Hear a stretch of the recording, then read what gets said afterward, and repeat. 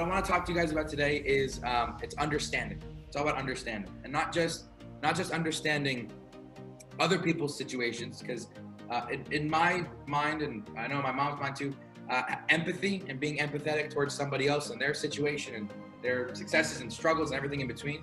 That's one of the most important qualities that we can have, is being empathetic and being able to sympathize with somebody else's situation, being able to be there for someone when they need you, and being there to lend a helping hand, or if someone's starting to fall, you're there to kind of lean on you, and you push them right back. Always keep moving forward. But also, that's one side of the coin. The other side is understanding your own situation and knowing that, taking a step back once in a while, taking a look at, the kind of the bigger picture, not getting too focused on the one leaf on one tree in one forest, but taking a step back and looking at that forest, pictures start to become a little bit clearer as we put, perspective sometimes, and we have a better understanding for where we're at.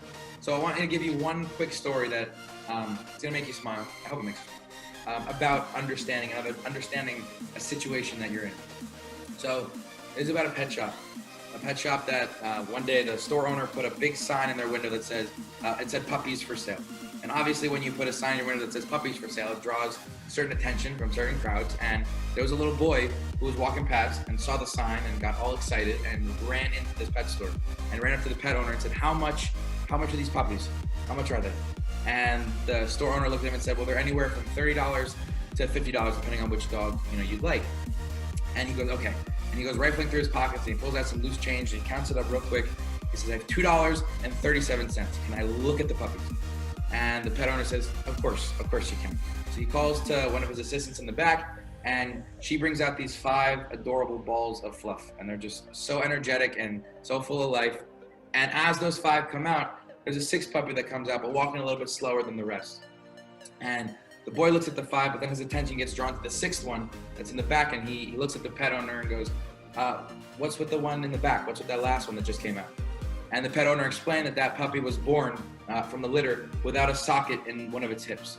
So it would always have that same limp. It would always have that limp its entire life. There was nothing that anybody could do. It was nobody's fault, but it would always walk with that limp.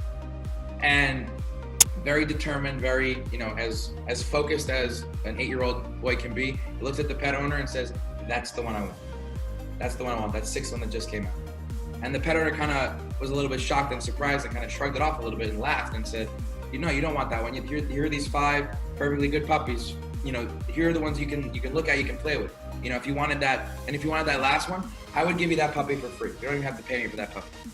So now the little kid starts to get angry. And he looks at that pet owner and says, no, that puppy is just as good as the rest of those 5 that just came out. So if I want that one, I'm going to pay for him full price. And I'll bring you 25 cents every single week until I'm paid up for that last puppy, right? And the pet owner looks at him again and goes, son, there's that puppy won't be able to run and jump and play with you like the other puppies can. He just won't be able to. It's nobody's fault. That's just his life, okay? And very slowly and very confidently, that little boy looks down and grabs his pant leg and pulls it up, and he has a prosthetic leg from the hip socket down. And so he looks at the pet owner and says, well, I don't run and jump and play so well either, so he's going to need someone that understands, okay? Understanding your situation and being empathetic for somebody else's situation is so important. It's so important. And this was like one small example. It made me smile when I made my mom cry. That's why I have her upstairs. She wasn't allowed to be here for this power talk. But it's all about being empathetic to somebody else's situation. And when somebody else is struggling, I like to look at it that we're all struggling. So I want to be able to be there for that person.